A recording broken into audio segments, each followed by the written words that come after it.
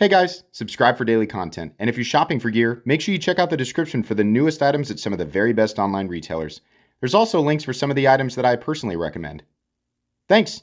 What's going on YouTube? Metal Complex here, and today I've got another interesting knife review / knife overview to share with you guys. This is the NUMB Knifeworks N7 Cantilever with the super unique pinch lock. You push these two tabs right here and it disengages the lock and allows it to drop. Very cool. It has a thumb stud and also has a little tiny top flipper. Very cool. I haven't handled every single variation of NUMB Knifeworks knives, but this is probably my favorite so far. I like all the ones that I've handled in the past, but this is probably my favorite. It's a fairly expensive knife, and at the moment, at the time of this recording, they were sold out on the NUMB Knifeworks website.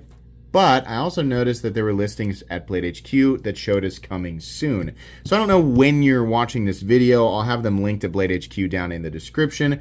Either way, they're probably going to go quickly. But the thing to remember here is that they work with Blade HQ now. So that means that we're probably going to be seeing them more often. Hopefully, they'll become more readily available through Blade HQ. Thanks to NUMB Knifeworks for sending this in. Thanks to my patrons for supporting me. And make sure your notifications are turned on for the Metal Complex YouTube channel. Let's go ahead and measure it. The overall length here coming in at 7.5 inches. Very good. Overall blade length is 3 1/4. Cutting edge is right about 3. Let's do some size comparisons. Any custom scales you find in this section, sorry, I'm moving this out of the way. Any custom scales you find in this section can be found down in the description under Original Goat and others, up against my own Excalibur and Compact Excalibur. It's exactly the same overall size as Compact Excalibur and has very similar ergonomic lines and a very similar overall blade length, while being a completely and totally different knife. So you can see why I have so many preferences that match up with this knife. Let's put it up against the Benchmade Griptilian, or in this case the Ritter Hogue and the Hogue Deca. A little shorter than the Deca. And then finally we'll put it up against the Spyderco PM2 and the Spyderco Parrot 3. How is the action on this knife? It is very, very good. You cannot disengage the lock just by pushing in one of these.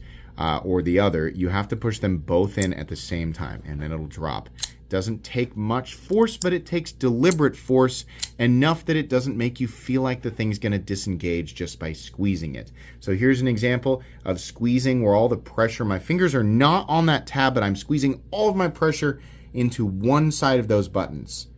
Not only is it not disengaging, but it's not moving. Right? Now I'm going to squeeze to where my index finger squeezes this.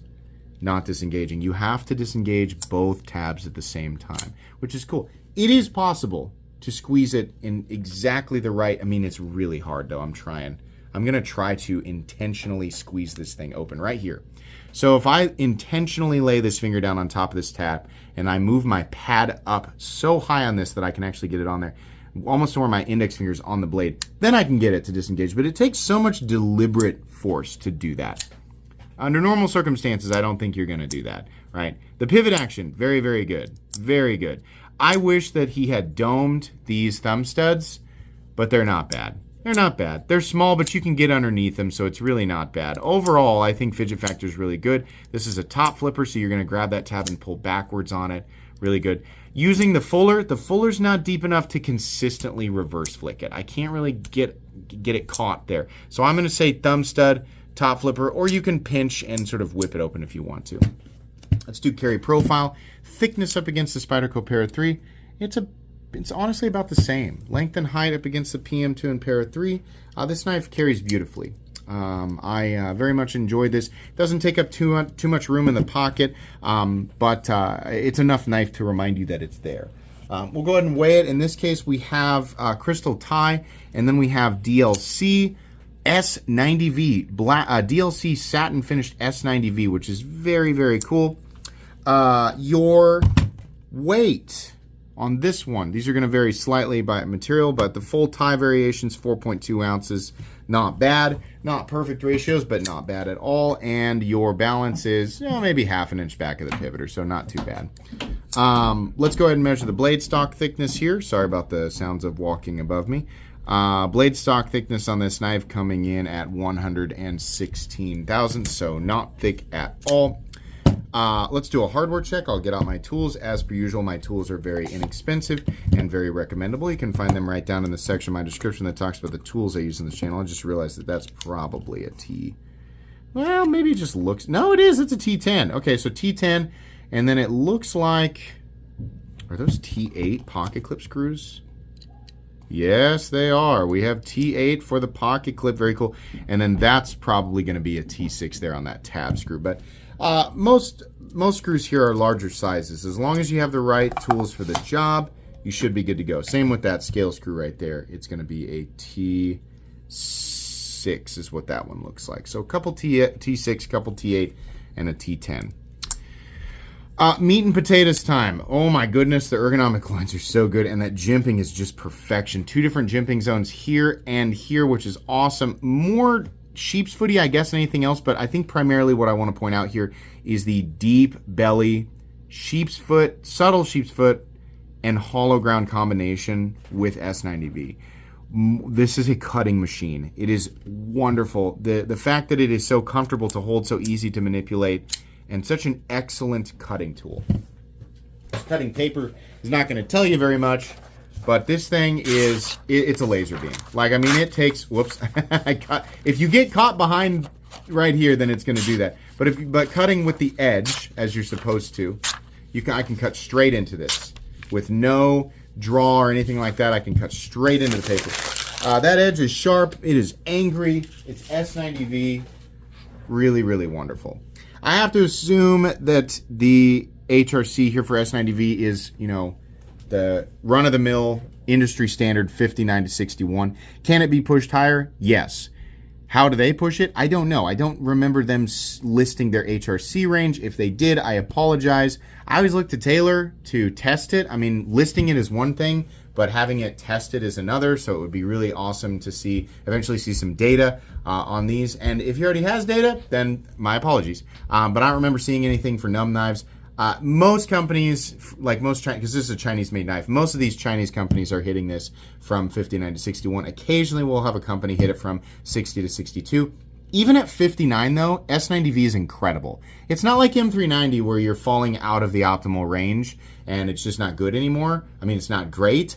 S90V is still really good at 59, right? But obviously 60 and 61, it's going to perform even better. So nothing about my experience with this so far would suggest that this is soft. It feels like most of the other S90V that I've experienced. The edge does not wear away at all, basically is what I'm saying. But super thin down there at the edge and a nice tip there. Very good. On this side, it says, I believe... Well, that looks like the serial number 38. Is that what that says? And on the other side, I think it says S90V. So there you go, S90V. Chamfered edges all the way around. Love the crystal tie, but you don't have to go with crystal tie. There's no part of this knife that feels sharp. The pocket clip feels excessively long. It's not a hot spot. Like, no part of the clip is excessively sharp, but I can feel it. I think we probably could shave off like 25% of that pocket clip or so, and it might be a little bit better, but I'd be lying if I said that it was really in the way of anything. I'm glad that they at least thought to include a mounting position for lefties, so that's pretty cool. I love that. Really a good-looking knife. Not a profile we've never seen before, but a good-looking knife. I do like the bolster, and the bolster is textured, which is cool. I like that the logo is on there. Pivot all the way around. Fit and finish just looks really spectacular, so I really don't have any issues there. Little tiny bit of jimping here. It's almost like visually, more for visual reasons and not functional reasons, right? These are not actually bolsters. I said that it's got the bolster look, but that's all actually part of the frame. And then these scales of crystal titanium sit on top of that. And then the backspacer is sandwiched between those two pieces of the frame. There is a lanyard hole right there, so you can put your lanyard in there if you want. Your stop pin is actually internal. So I think we can see it right. Can we see it? The little bar. You can see a little bar in there. It's running on a channel on either side of the titanium frame. So open position, closed position. It's never going to be anywhere near the plunge grind, which I'll let you guys take a look at right there. It thickens up pretty quick. That's going to bother some of you. Won't bother all of you. It doesn't bother me. Lockup. How strong is this locking system? We've tested it. We tested this one in the unboxing. I tested the one before it too because it was a locking system I had never seen before. I'll maintain, to remind people, We don't test every single locking system, everything that comes in. We test new locking systems, especially new locking systems for certain companies. Like if a company's never done a crossbar lock before, I'm going to test their crossbar lock. If they've never done a compression lock before, I'm going to test it. If it's a new lock entirely, I'm going to test it, right? We've tested this one. It survived my little tickle test, right? It's fine. Those tabs actually seem to hold the blade in place pretty well. No issues whatsoever. No blade play up, down, left, or right. No stick, despite having two different surfaces to engage with. No pivot lash. Smooth and consistent in here, especially when those tabs are disengaged. I mean, really smooth. And the detent is awesome. This actually has a detent ball. At least one. I forget. We have two detent balls. Can we see? See them? Right there. Two detent balls. Click. Awesome. Whoops. I missed it. It was terrible. Final price tag. Entry level price tag, $350. For the one you're seeing here, $360. Is that fair? Well, they have they're checking a lot of the boxes of my requirements for north of 300. I think they're a little too far north, but not. I mean, like, I think they're further north than they needed to be, but it's not crazy. In this case, this is DLC coded, satin DLC coded S90V. Like that right there is we're already bumping way up. We have crystal titanium, and we also have a locking system that's completely and totally unique to NUMB knives. In my opinion, the combination, and like, even if you don't go with crystal tie or DLC, there's still, all of the combinations of these are really good. Especially with this locking system. So, I think this knife definitely deserves to be, like, realistically, 300 to 320 is probably where I would have placed it. 350 feels a little bit high. These are small batch items, right? And, you know, they've become more popular. But at the end of the day, it's just a really good knife. It's really good. I like it. I mean, this is a knife that, like, this is one of those knives I could recommend to pretty much anybody shopping at this price point. Not anybody, right? If you're not shopping anywhere near $350, I'd say, well, shop within your budget, right? But if you're already looking in the $300 to $350 territory, I think this is probably one of the like most interesting options, just given the locking system, and couple that with the fact that it's actually, you know, easy to manipulate, convenient. I mean, it makes it for a really good EDC tool. So yes, recommendable, cool knife, good knife. Check Blade HQ often. It's nice that they're working with Blade HQ so that we can find them there.